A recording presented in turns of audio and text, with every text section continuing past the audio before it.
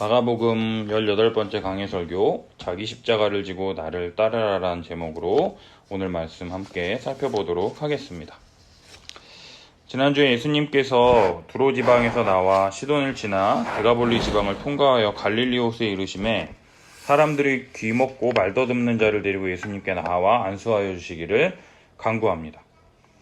예수님께서 그 사람을 따로 무리를 떠나 많은 사람들로부터 떨어진 곳에서 귀먹고 말더듬는 자를 데리고 가셔서 손가락을 그의 양 귀에 넣고 침을 뱉어 그 혀에 손을 대시며 하늘을 우러러 탄식하시며 그에게 말씀하시기를 에바다 말씀하시니 그의 귀가 열리는 것을 볼 수 있습니다. 예수님께서 왜 하늘을 우러러 탄식하시느냐? 때가 찼고 하나님의 나라가 가까이 왔으니 회개하고 복음을 믿으라 말씀하시며 예수님께서 이 땅에 오심으로 하나님의 나라가 펼쳐졌는데 귀먹고 말더듬을 통해서 이 복된 소식, 복음을 듣지도 못하고 믿지도 못해서 하나님의 백성에 들어가지 못하는 것, 죄로 말미암아 아무것도 할 수 없는 이 무능력한 자, 하나님의 백성의 온전함을 잃어버린 자로서 귀가 안 들림을 통해서 하나님을 알지도 못하고 들어도 깨닫지 못할 뿐만 아니라 알지 못해서 제대로 전하지도 못하는 이 죄인의 안타까운 실상을 보시며 탄식하시며 열리라 말씀하고 계신다라는 것이죠. 그 결과 그의 귀가 열리고 혀가 맺힌 것이 풀려 말이 분명해지게 됩니다. 이제는 그의 귀가 열려서 예수 그리스도의 복음을 명확하게 듣고 믿음을 통해서 하나님의 백성이 될 뿐만 아니라 믿음으로 하나님 나라에 들어간 자로서 풍성한 삶을 살아가며 그 풍성한 삶을 보고 누림을 통해서 많은 사람들에게 올바르게 전할 수 있도록 그의 혀 또한 풀려서 직접 듣고 보고 믿은 바를 전할 수 있도록 은혜를 주신다라는 것이죠. 또 그 무렵에 큰 무리가 예수님께 나왔는데 예수님께서 제자들을 불러 말씀하십니다. 내가 무리를 불쌍히 여기노라. 예수님께서 왜 그들을 불쌍히 여기셨는가 보니 그들이 나와 함께 있은지 이미 사흘이 지났으나 먹을 것이 없도다 말씀하신다는 거죠.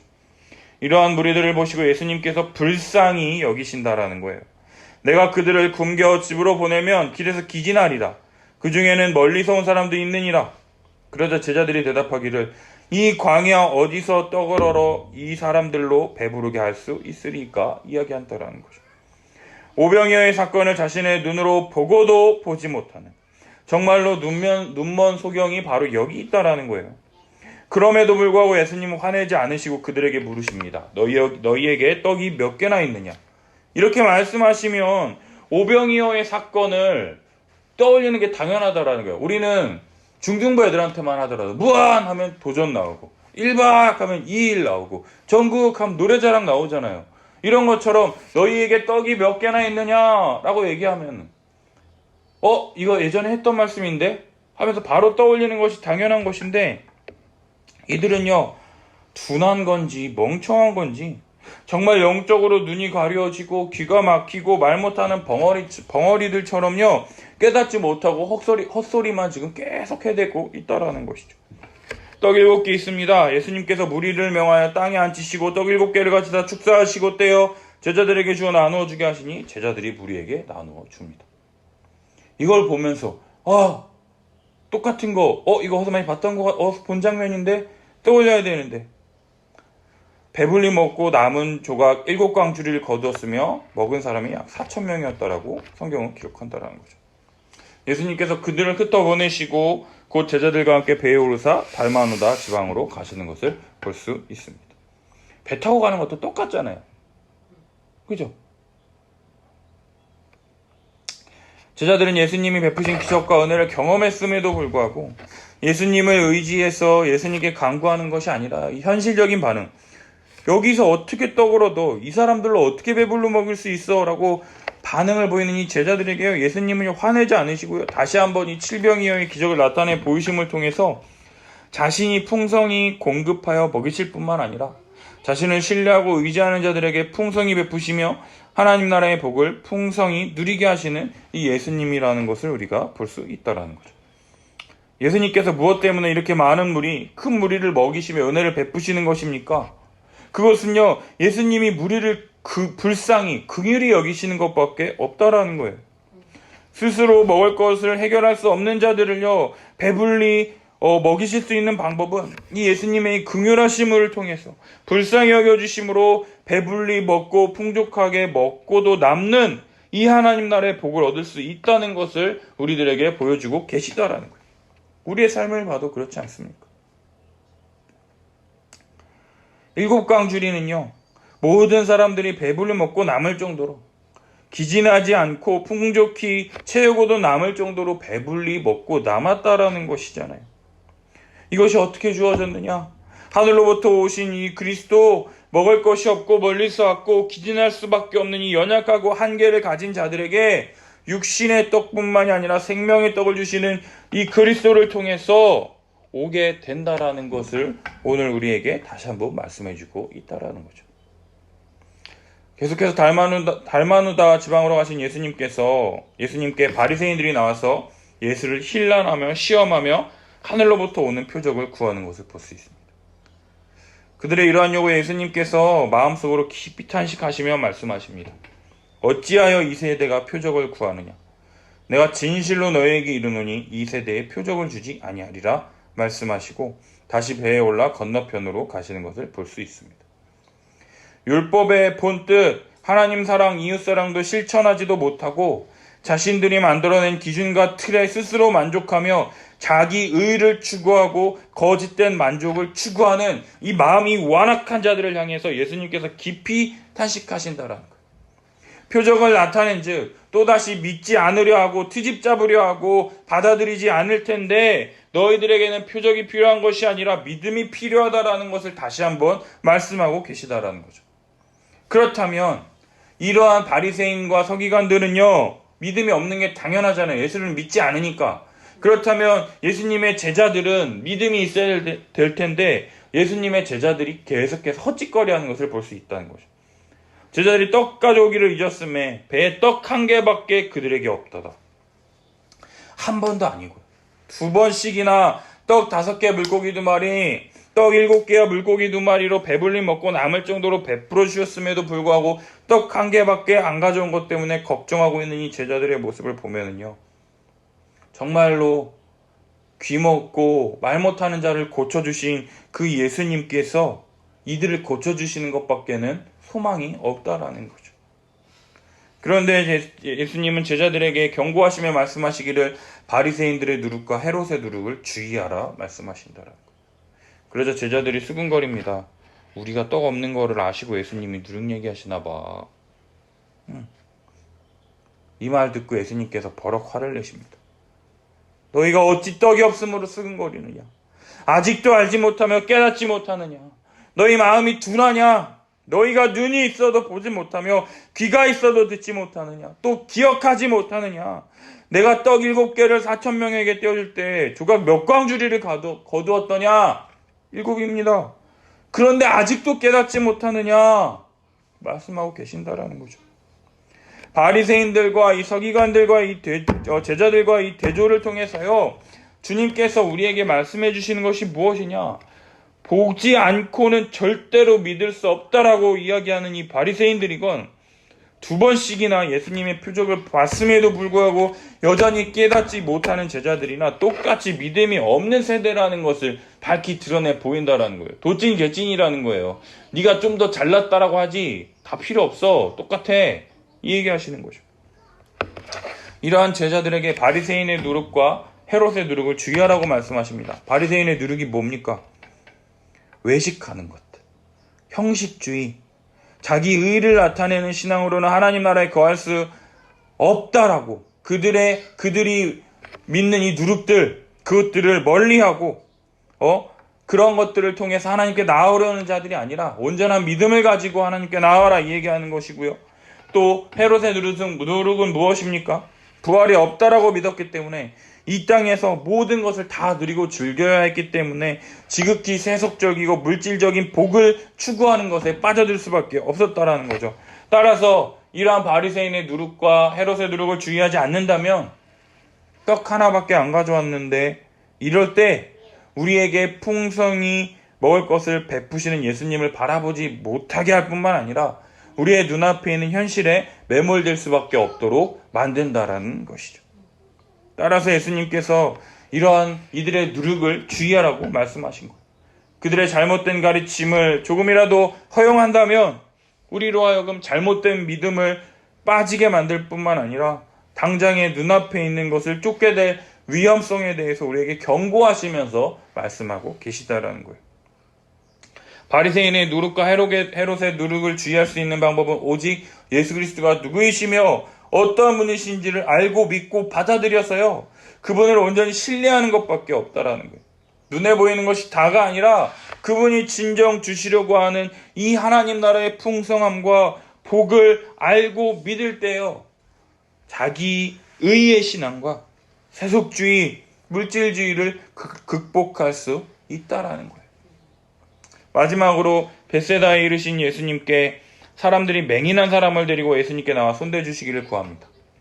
맹인의 눈에 침을 뱉으시며 그에게 안수하시고 무엇이 보이느냐 물으시니 사람들이 보이나이다. 나무 같은 것들이 걸어가는 것을 보나이다. 그러자 다시 안수하시며 그가 다수 안수하시니 그가 나아가 모든 것을 밝히 보게 된다라는 거예요. 보지 않고는 믿지 않겠다라고 하는 바리새인들과 예수님의 기적을 2번이나 보고서 예수님에 대한 깨달음이 없는 제자들, 그리고 이 안 못 보는 맹인의 대조를 통해서 예수님이 드러내시려고 하는 게 뭐냐? 보고 믿는 것이 참된 믿음이 아니라 보지 않고 믿는 것이 참되다라고 말씀하신다라는 거예요. 예수님이 누구이신지 어떠한 분이신지 정확히 알고 믿는 중요성에 대해서 말씀하고 계시다라는 거예요. 예수님이 자신의 병을 고쳐주실 수 있는 능력이 있는 분, 자신의 배고픔을 채워주실 수 있는 분, 자신의 필요만을 채워주실 수 있는 분으로 알고 믿는 것은요, 나무 같은 것들이 걸어가는 것을 보나이다 하는 것처럼요, 희미하게 본다라는 거예요. 예수님이 누구인지 제대로 알지 못하고 희미하게 본다라는 거죠. 그러나 우리의 육체의 병과 연약함과 배고픔, 이런 실제적인 필요뿐만 아니라 우리를 하나님 나라의 백성 삼아 주셔서 우리의 근본적인 죄의 문제까지도 치유해 주심으로 하나님 나라의 복을 풍성히 누리게 하시는 분이라는 것을 알 때 우리가 모든 것을 밝히 보는 놀라운 역사가 우리들 가운데 주어지게 된다라는 것이죠. 이제는요, 예수 그리스도를 통해서 희미하게 보는 게 아니라요, 밝히 보게 될 수 있는 존재가 되었다라는 거예요.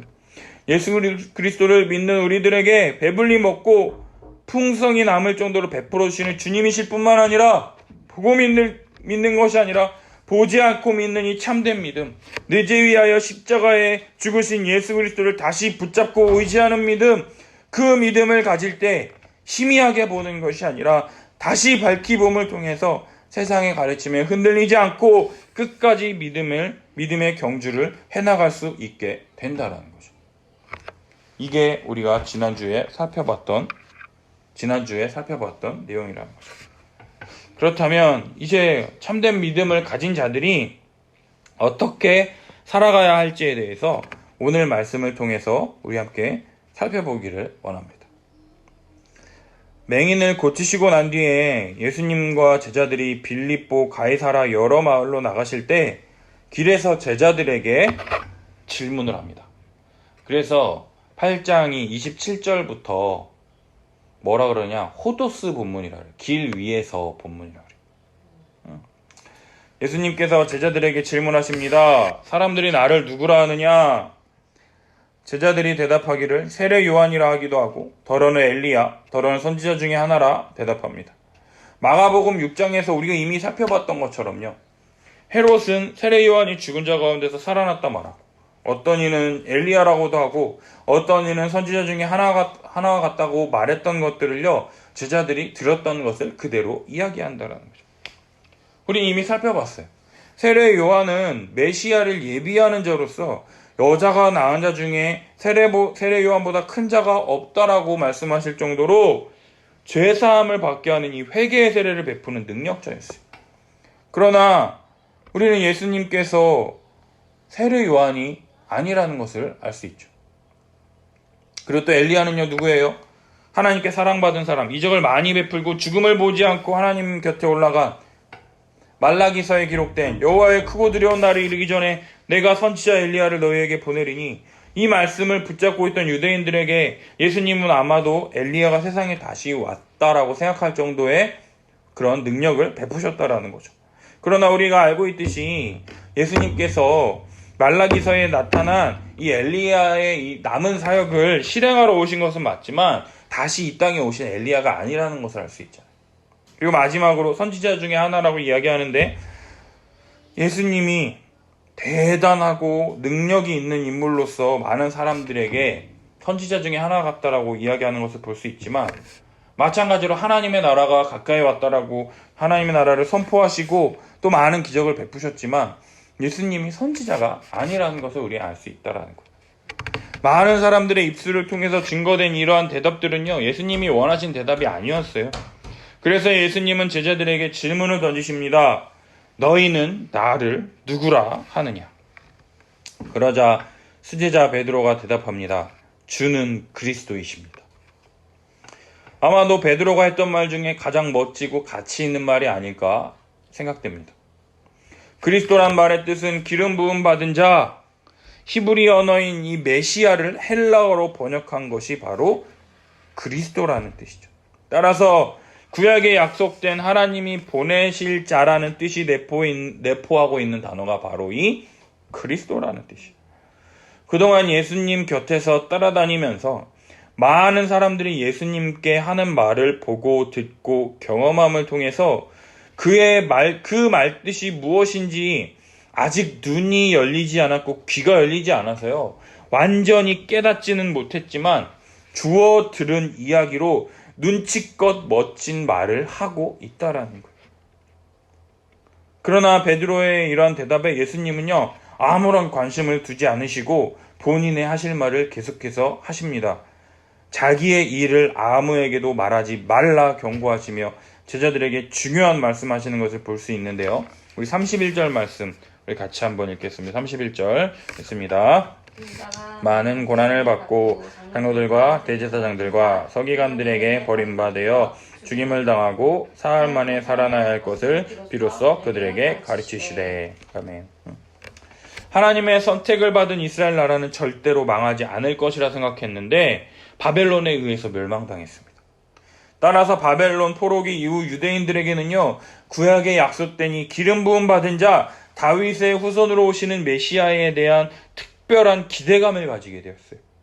기름 부음 받은 자가 오시면 이 바벨론 포로 이후부터 로마의 속국이 되어 로마 황제의 통치를 받는 이러한 자신들의 괴로운 상황들로부터 구원할 뿐만 아니라 다윗 왕보다 더 강력한 군사력과 정치력을 통해 부와 명성을 가져다주는 새로운 시대를 가져올 것이라는 이 기대감으로 메시아 대망사상이라고 하는 이 생각을 갖게 되었다라는 거죠. 그러나 방금 전에 읽었던 이 31절의 예수님의 이 대답을 살펴보면은요, 이러한 사람들의 기대와는 완전히 다르다라는 것을 우리가 알 수 있더라. 예수님은 하나님 나라 왕으로서 이 세상을 구원할 메시아는 맞지만 그들이 생각하는 힘과 군사력과 정치력을 겸비한 왕으로서 오시는 메시아가 아니라 고난받고 사람들에게 버림받아 십자가에 죽임을 당하고 사흘 만에 부활하심으로써 죄와 사망의 권세를 물리치시고 하나님 나라를 이 땅 가운데 가져오시는 하나님 나라의 왕 그리스도 기름 부음 받은 자로서 메시아로서 이 세상 가운데 하나님의 나라를 드러내실 것을 지금 말씀하고 계시다라는 거예요. 예수님께서 십자가의 죽음을 통해서 이 세상을 구원하러 오셨다라는 것을 드러내놓고 말씀하시니 베드로가 예수를 붙들고 항변했다고 성경은 기록한다라는 거예요. 여기서 항변했다라고 하는 단어 이 에피티마오는요, 꾸짖다, 비난하다, 책망하다라는 이 의미인데 바로 다음 절 33절에 보면 예수님께서 베드로를 꾸짖다라고 하는 이 단어가 동일한 단어인 이 에피티마오라는 거예요. 베드로가 예수님의 멱살을 붙잡고 예수님을 꾸짖고 비난하고 책망했다라는 거예요. 어째서 베드로가 예수님을 꾸짖고 비난하며 책망할 수 있었을까요? 그 이유는 31절에 말씀하신 예수님의 대답에서 첫 번째 힌트를 얻을 수 있다라는 거예요. 31절에 기록된 인자가 많은 고난을 받고, 여기에서 사용된 인자라고 하는 단어는요, 다니엘서 7장 13, 14절에 기록된 말씀인데요. 우리 함께 읽어보겠습니다. 내가 또 밤 환상 중에 보니 인자 같은 이가 하늘 구름을 타고 와서 옛적부터 항상 계신 이에게 나아가 그 앞으로 있는데 그에게 권세와 영광과 나라를 주고 모든 백성과 나라들과 다른 언어를 말하는 모든 자들이 그를 섬기게 하였으니 그의 권세는 소멸되지 아니하는 영원한 권세요 그의 나라는 멸망하지 아니할 것이니라. 아멘. 많은 유대인들은요, 이 인자, Son of Man, 사람의 아들, 기름 부음 받은 자, 메시아가 오셔서 소멸되지 아니하는 이 영원한 권세, 그의 나라는 멸망하지 아니할 것에 대해서 기대를 포기하지 않았던 것이라는 거죠. 하나님의 뜻과 계획을 성취할 메시아가 사람의 아들로 오실 것에 대한 표현이 바로 인자였다라는 거예요. 따라서 예수님이 때가 찼고 하나님의 나라가 가까이 왔으니 회개하고 복음을 믿으라 말씀하시면서 나를 따라오라 내가 너희로 사람을 낚는 어부가 되게 하리라 하시면서 하나님의 나라를 완성할 자 메시아로 오셨다라는 것을 믿고 여기까지 따라왔는데 그분이 고난을 당한다. 고난을 당하는 것까지는 받아들일 수 있겠는데요. 십자가에 죽는다는 것에 대한 충격이 베드로에게 엄청나게 다가왔다라는 거예요. 많은 사람들은 예수님을 세례 요한, 엘리야, 선지자라고 오해하였지만 제자들에게는요, 수많은 이적들과 가르침을 통해서 아직 예수님에 대해서 완전히 깨닫고 믿는 것은 아니지만 자신들에게 하나님의 나라를 가져다 주실 메시아로 믿고 따랐는데 메시아가 고난당한다라는 것은 자신들이 오랫동안 기다렸던 이 메시아 대망 사상의 개념으로는요, 너무나도 큰 충격이었다라는 거죠. 메시아가 오셨기에 곧 하나님의 나라가 펼쳐질 것이라고 생각했는데 예수님께서 고난받고 죽임당할 것을 말씀하시니 제자들은 충격과 혼란에 빠질 수밖에 없었다라는 거죠. 사랑하는 사람과 결혼을 약속하고 결혼을 준비하기 위해서 신혼집을 얻고 살림살이를 살고 이제 다 준비하고 이제 결혼식 날만 앞두고 있는데 그 남자가 유부남이었다. 그때 신부가 받을 충격이 이 제자들이 가졌던 이 충격에 좀 비유할 수 있을까요? 아니면 한 번도 생얼을 못 봤던 이 여자친구의 생얼을 결혼식 후에 첫날 밤이 지난 그 다음날에 여자친구의 생얼을 처음 봤을 때 누구세요? 라고 말하는 이 남편의 충격이 이런 제자들이 가졌던 충격이라 말할 수 있을까요? 아마 비유할 수 없겠죠. 너무나도 그들은 받아들이기 힘든 자신들이 배신당했다라고 하는 이런 배신감, 막 이런 것들. 베드로가 예수님의 멱살을 붙잡고 꾸짖은 두 번째 이유는 바로 당시에 제자는 스승의 길을 그대로 따르는 관행으로 볼 때 예수님의 이 고난과 죽음은 제자들의 고난과 죽음을 의미하는 것이었다라는 거예요. 따라서 예수님을 메시아로 믿고 따라왔는데 예수님께서 다윗 왕의 후손으로서 왕의 자리에 오르시면 자신들은 국무총리도 하고 경제부총리도 하고 과기부 장관, 교육부 장관 등등 한 자리씩 해서 영광과 부귀를 누릴 준비를 하고 있었는데 자기들에게 기다리고 있는 것은 예수님이 당하신 것과 같은 죽임을 당하고 사흘 만에 다시 살아날 것이다. 결국은 죽는다라는 거잖아요. 예수님처럼 자기네들이 죽어야 된다라는 것, 고난받고 죽임당할 것이다라고 말씀하시는 이 예수님을 붙들고요. 어떻게 이렇게 할 수 있냐고. 예수님의 멱살을 붙잡고 어떻게 나에게 이럴 수 있어 하면서 막 지금 항변하고 있다라는 거죠. 이러한 베드로의 행위에 대해서 예수님은 돌이키사 뒤돌아서요. 제자들을 보시며 베드로를 꾸짖으십니다. 사탄아 내 뒤로 물러가라. 네가 하나님의 일을 생각하지 아니하고 도리어 사람의 일을 생각하는도다 말씀하고 계신다라는 거예요. 예수님의 멱살을 붙잡고 항변하는 이 베드로를 향해서 말씀하시는 것이 아니라요. 돌이키셔서 제자들을 보시며 베드로를 꾸짖으십니다. 제자들 너희들 또한 베드로와 생각이 별반 다르지 않다라는 것을 콕 집어서 말씀하시는 것이죠. 대표 베드로를 향해서 꾸짖으시지만 제자 모두를 향해서 말씀하시는 거예요. 너희들 모두 베드로와 똑같은 생각을 갖고 있지 않느냐. 하나님의 일을 생각하지 아니하고 도리어 사람의 일을 생각하는도다 하면서 꾸짖고 계시다라는 거예요. 주는 그리스도이십니다라는 말의 의미에 대해서 깨닫지 못하고 자신의 이기심과 욕망을 위해서 예수님을 그리스도로 믿는 이 허울뿐인 고백을 한 뒤에 곧바로 사탄아 뒤로 물러가라 라고 말씀하신 게 된다라는 거죠. 예수님은 하나님의 나라를 이 땅 가운데 가져오시는 주와 그리스도가 맞습니다. 그러나 그분의 그리스도 되심은요, 오직 고난의 이 십자가의 죽음을 통해서만 제대로 이해할 수 있기 때문에 그 십자가의 죽음을 깨닫지 못한 베드로가 이러한 반응하는 것이 당연할 수밖에 없다라는 거죠.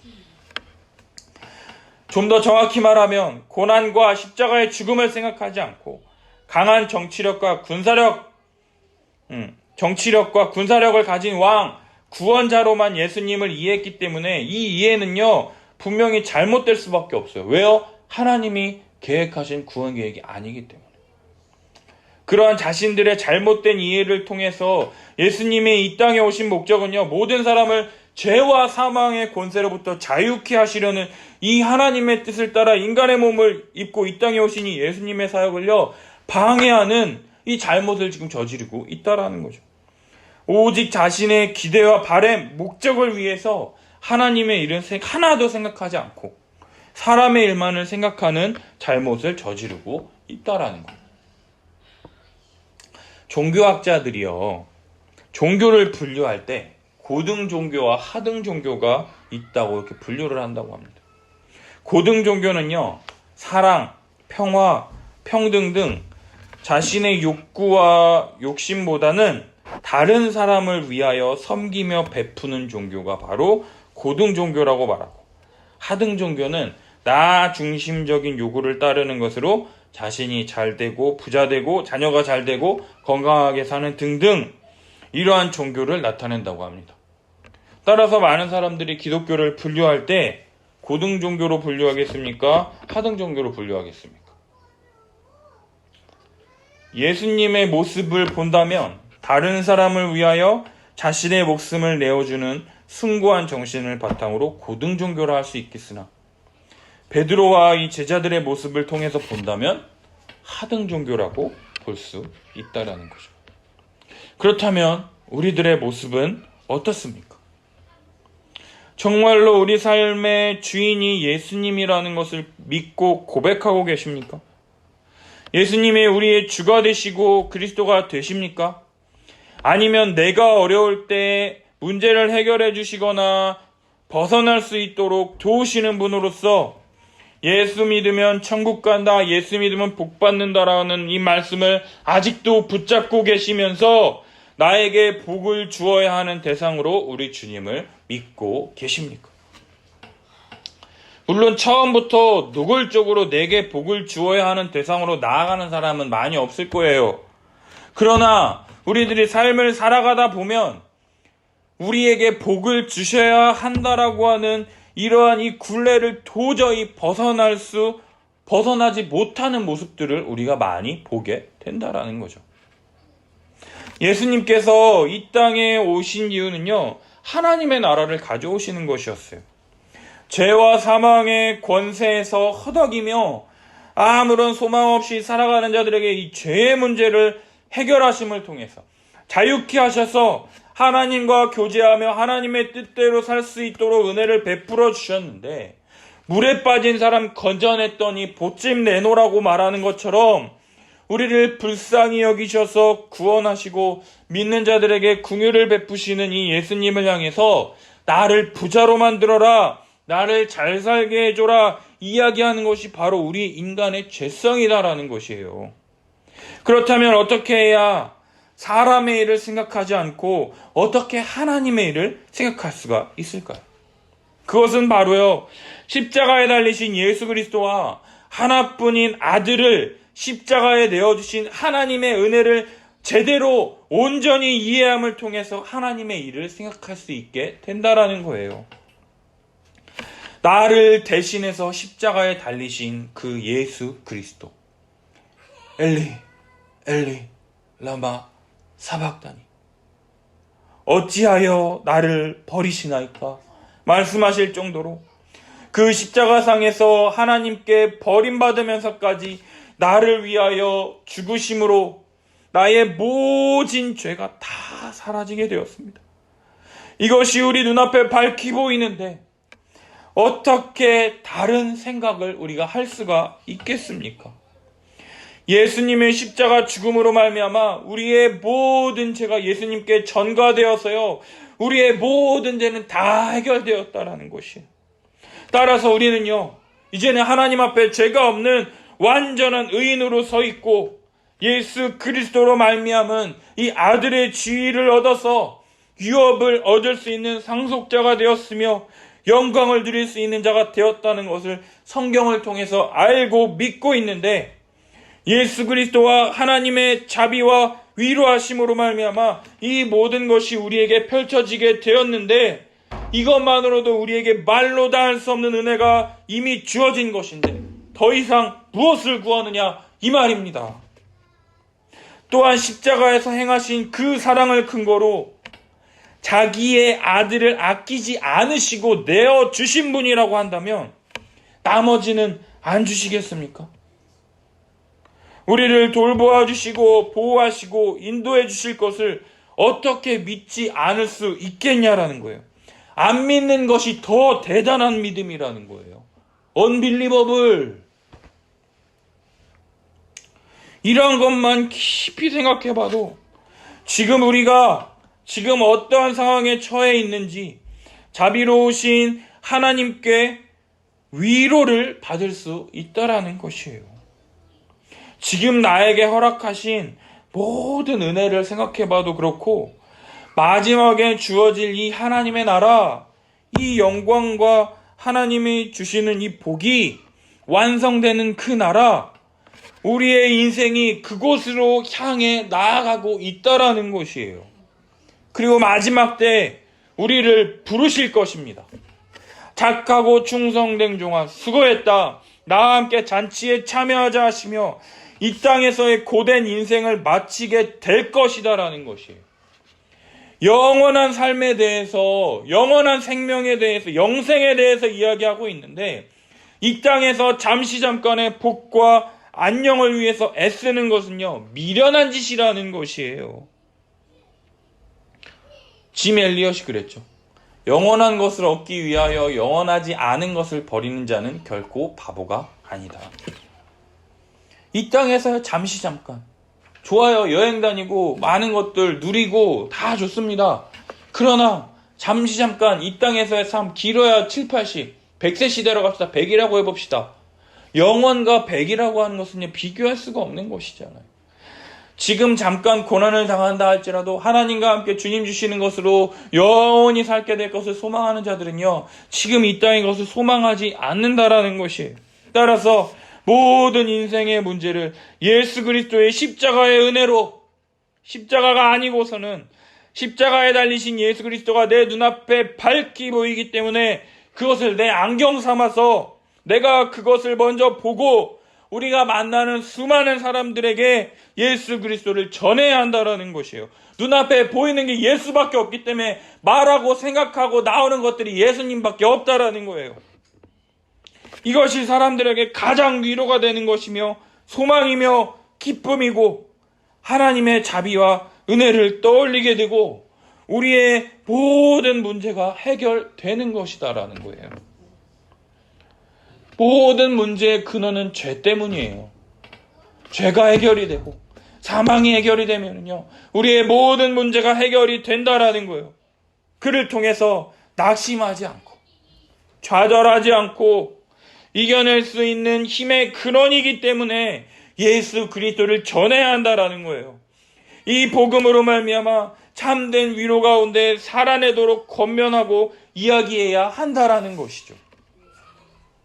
예수 그리스도의 십자가를 통해서 지금껏 살아왔던 나의 삶의 방식과 가치관을 꺾고 굽히며 예수님의 고난과 십자가의 죽음을 통해서 우리에게 하나님 나라를 가져다 주심을 믿고 매일매일 그 십자가의 은혜를 기억하며 또 따르는 것이 신자의 마땅한 자세이기 때문에 그렇다라는 거예요.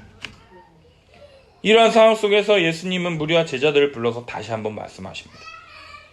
누구든지 나를 따라오려거든 자기를 부인하고 자기 십자가를 지고 나를 따를 것이니라. 누구든지 자기 목숨을 구원하고자 하면 잃을 것이요 누구든지 나와 복음을 위하여 자기 목숨을 잃으면 구원하리라. 사람이 만일 온천하를 얻고도 자기 목숨을 잃으면 무엇이 유익하리요? 사람이 무엇을 주고 자기 목숨과 바꾸겠느냐? 누구든지 이 음란하고 죄 많은 세대에서 나와 내 말을 부끄러워하면 인자도 아버지의 영광으로 거룩한 천사들과 함께 올 때에 그 사람을 부끄러워하리라 말씀하십니다. 자기를 부인하고 자기 십자가를 지고 나를 따를 것이니라, 이 말씀은요, 자기 자신의 욕구와 욕망을 포기하고 거부한다라는 말이에요. 자신의 생각과 자신의 모든 것을 버리고 자기 십자가를 지고 나를 따르라는 것이에요. 자기 십자가는 어른들이 하는 말 안 듣고 사고치는 남편과 자식들이 자기 십자가라고 하는 농담 섞인 말투가 아니라요, 자기가 달려 죽을 십자가 형틀이라는 거예요. 자기 십자가를 지고 예수님을 따른다라는 것은요, 십자가를 지고 골고다 형장으로 걸어가신 예수님처럼 자기가 달려 죽을 형틀인 십자가를 지고 형장으로 가는 것을 의미하는 거예요. 그 길의 끝은 자기가 지고 온 십자가에 달려 죽는 죽음이다라는 것이에요. 한마디로 그리스도의 고난에 참여하는 삶을 살겠다라는 각오하고 따르라는 말씀인 거예요. 자기가 원하고 바라는 삶이 아닌 그리스도께서 이 땅에서 다른 사람을 섬기며 다른 사람을 위하여 사셨던 것처럼 살 각오를 하고 따르라고 지금 말씀하고 계신다라는 거예요. 주님께서 이 땅에서 다른 사람을 위한 삶을 사셨던 것처럼 주를 위하여 살다가 당하는 고난이 있을 때 회피하지 않는 삶의 모습이 필요하다라는 것을 말씀하고 계시는 거예요. 떡 한 개밖에 가져오지 않은 것을 이 염려하던 자가요, 하루아침에 갑자기 염려하지 않을 수는 없는 거예요. 그러나 우리 믿음의 선배들, 감옥에서 고문을 받으면서까지 신사참배하지 않겠더라고. 그러자 그 주기철 목사님의 사모님, 여보 끝까지 버티세요 얘기하셔서 마지막에 따뜻한 숭늉 한 잔이 먹고 싶소 말씀하시고 끝내 그 숭늉 한 잔 못 드시고 돌아가신 우리 주기철 목사님, 혹은 자신의 아들을 죽인 그러한 자를 양아들로 받아들여서 더 사랑의 원자탄이라고 불린 이 손양원 목사님, 또한 우리 스승이신 우리 이영 목사님, 또 우리 한책의 사람들의 우리 많은 간사님들을 통해서 볼 수 있는 그리스도를 위하여 자처하는 고난, 이 땅에서 신자로서 마땅히 해야 할 일들, 우리가 가진 영적 자원을 최대한 사용해서 온전한 교회를 이루고 빛과 소금의 역할을 잘 감당함으로써 하나님의 은혜가 어떻게 임했는지 나타내 보이는 것, 다른 사람을 위하여 내가 하지 않아도 되는 것들, 그러나 기꺼이 그 사람을 위하여 내 시간을 투자하고 내 물질을 사용하며 그 사람을 위해서 기도하며 그 사람이 나와 같은 믿음에 도달할 수 있기 위해서 하는 수많은 노력들, 이러한 것들을 함께함을 통해서 그와 함께 온전한 교회를 이루기 위해서 애쓰려고 하는 이런 모든 행동들, 이러한 과정에서 치열한 영적 전투가 벌어질 거 아닙니까? 사탄은요, 이 사람이 하나님의 뜻에 따르지 못하도록 많은 것들을 유혹할 거예요. 상황들을 만들어갈 거예요. 그럼에도 불구하고 아니면은 도와주는 그 사람을 공격할 수도 있어요. 어려움을 겪는다거나 아프다거나 상황이 이리 풀리지 않는다거나, 그럼에도 불구하고 두려워하지 말고 이 고난에 기꺼이 참여하라, 기쁨으로 즐거워하라 라고 성경은 이야기한다라는 것이죠. 그리고 그리스도의 고난에 참여하는 것을 즐거워하라, 이것이 진정한 제자인이라 라고 예수님께서 말씀하고 계신다라는 거예요. 마지막 날에 주님께서 거룩한 천사들과 함께 오셔서 우리를 심판하러 우리 앞에 선다면요, 주님이 우리에게 말씀하실 것이에요. 한 목사 수고 많았다.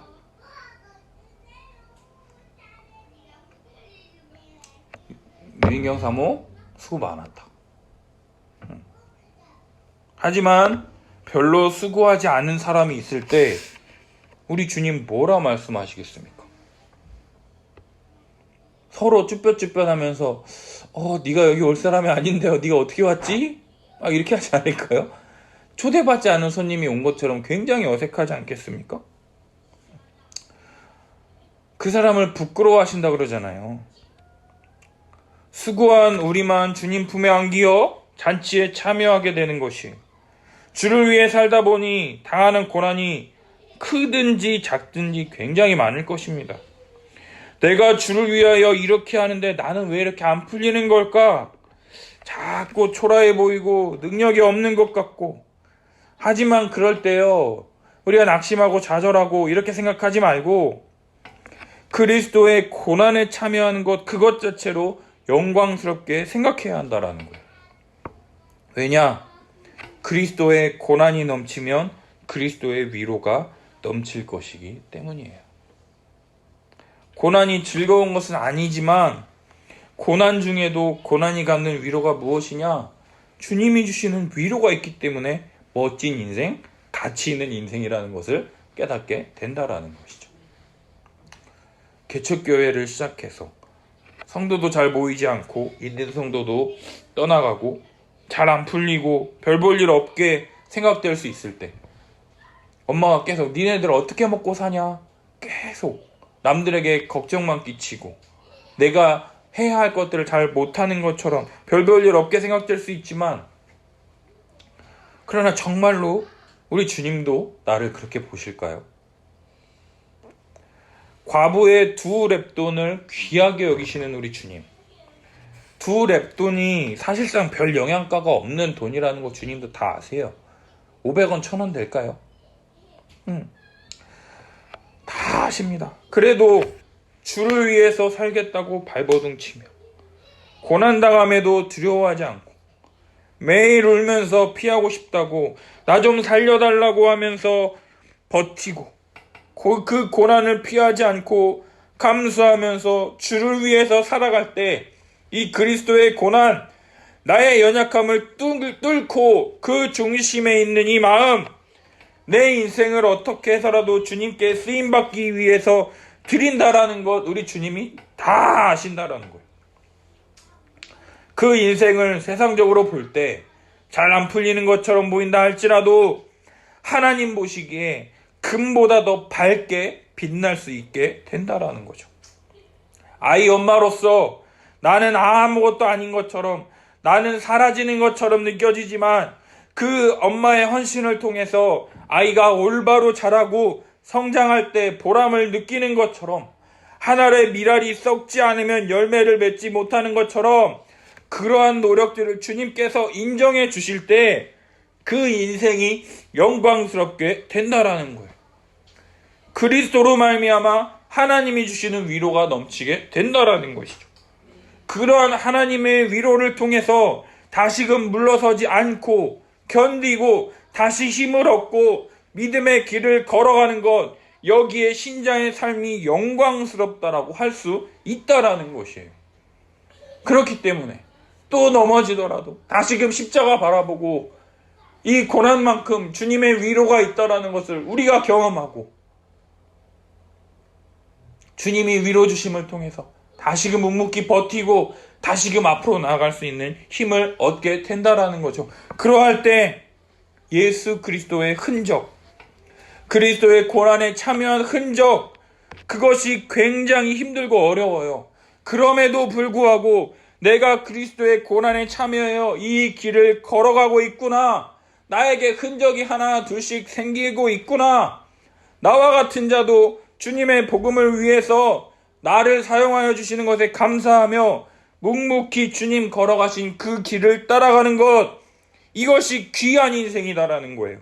이러한 삶을 살아갈 때 우리 주님께서 목숨을 구원하고자 하면 잃을 것이요, 누구든지 나와 복음을 위하여 자기 목숨을 잃으면 구원하리라 말씀하신다라는 거예요.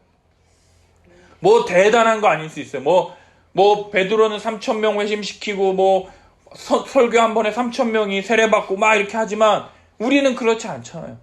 그러나 우리가 감당할 수 있을 만한 시험밖에는 허락하지 아니하시고 감당하지 못할 때는 피할 길을 내셔서 다니게 하시는 우리 주님이심을 믿는다면 묵묵하게 내가 할 수 있는 곳에서 또 하나의 내가 예수 그리스도 때문에 흔적이 생겼구나.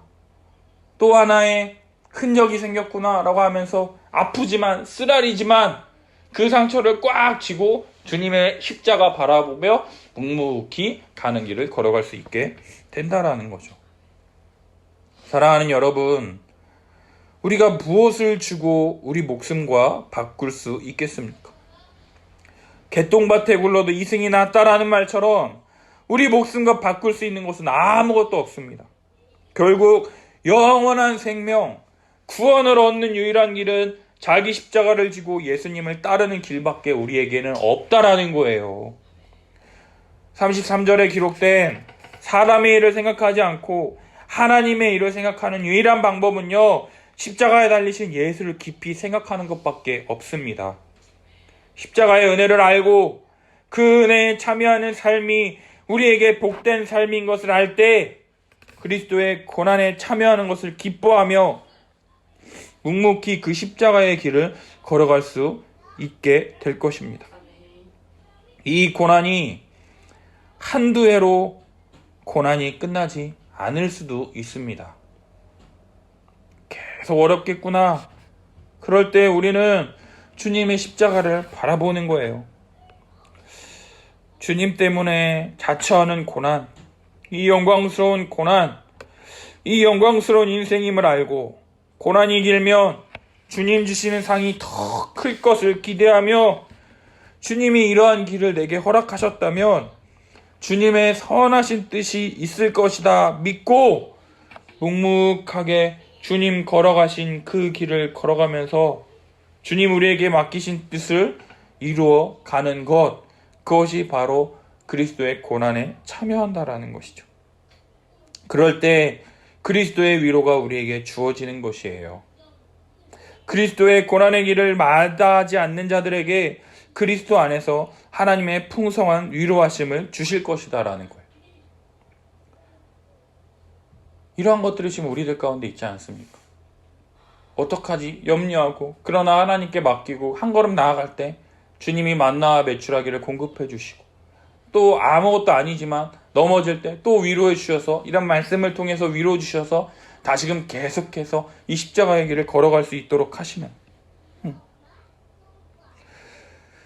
정말로 이 고난으로부터 우리가 벗어나는 것이 우리의 목적이 아니라요. 이 고난에 참여함으로 주님의 뜻을 이루는 것이 우리의 목적이 되어서 주님이 영광받고 교회가 온전해지고 복음이 전해지는 것이 우리의 목적이 되어서 정말로 주님의 복음을 전하기 위해서 이 영광스러운 길, 복음의 길을 걸어가는 저와 여러분들이 되기를 예수님의 이름으로 축복합니다. 우리 함께 이 믿음의 길, 고난의 길 같이 걸어가 보시지 않으시겠습니까? 그럴 때 이 고난에 참여한 자들에게 하나님의 위로가 있을 것입니다. 영원한 생명이 우리들 가운데 주어지게 될 것입니다. 우리 함께 같이 기도했으면 좋겠어요. 사람의 일을 생각하지 않고 하나님의 일을 생각하는 우리가 될 수 있도록 기도했으면 좋겠습니다. 우리는요, 죄인이라서요, 사람의 일을 생각하지 않을 수가 없어요. 그럴 때 예수 그리스도의 십자가의 은혜가 너무나도 크게 내 눈앞에 너무나도 확실하게 보여서 다른 것에 마음 빼앗기지 않고 온전히 주님을 신뢰하며 믿음의 삶을 살아갈 수 있도록 주여 은혜를 주십시오. 같이 기도했으면 좋겠어요. 예수 그리스도를 위해서 자발적인 고난에 참여할 수 있는 이 믿음을 달라고 기도합시다. 이것은 하고 싶다고 해서 할 수 있는 것이 아니라요, 은혜를 아는 자의 마땅한 반응이다라는 거예요. 나를 통해서 복음이 증거되고 교회적 삶의 풍성함을 누릴 수 있도록 증인의 삶을 살 수 있도록 주여 나에게 이것을 감당할 수 있는 믿음을 내게 주시옵소서. 그리고 또한 고난 가운데 기뻐할 수 있는 우리가 될 수 있도록 그리스도의 위로를 허락하여 달라고 기도했으면 좋겠어요. 이 위로가 없으면요, 우리는 쓰러질 수밖에 없습니다. 이 고난이 끝이 아니라 이 영광스러우며 이 영광스러운 생명에 참여하는 유일한 길에 참여하는 것을 기뻐하며 적당히가 아니라 끝까지 최선 다하며 주님 앞에 부끄럽지 않도록 최선을 다하는 우리가 될 수 있게 해달라고. 우리가 넘어질 때마다 내 앞에서 손 내밀어 우리를 일으켜 세우시며 내가 쓰러져 있을 때 나를 업고 걸어가시는 그 십자가의 길을 묵묵히 걸어갈 수 있도록 주여 은혜 주시옵소서, 믿음을 주시옵소서, 위로를 주시옵소서. 우리 같이 함께 기도했으면 좋겠습니다. 기도하겠습니다. 주여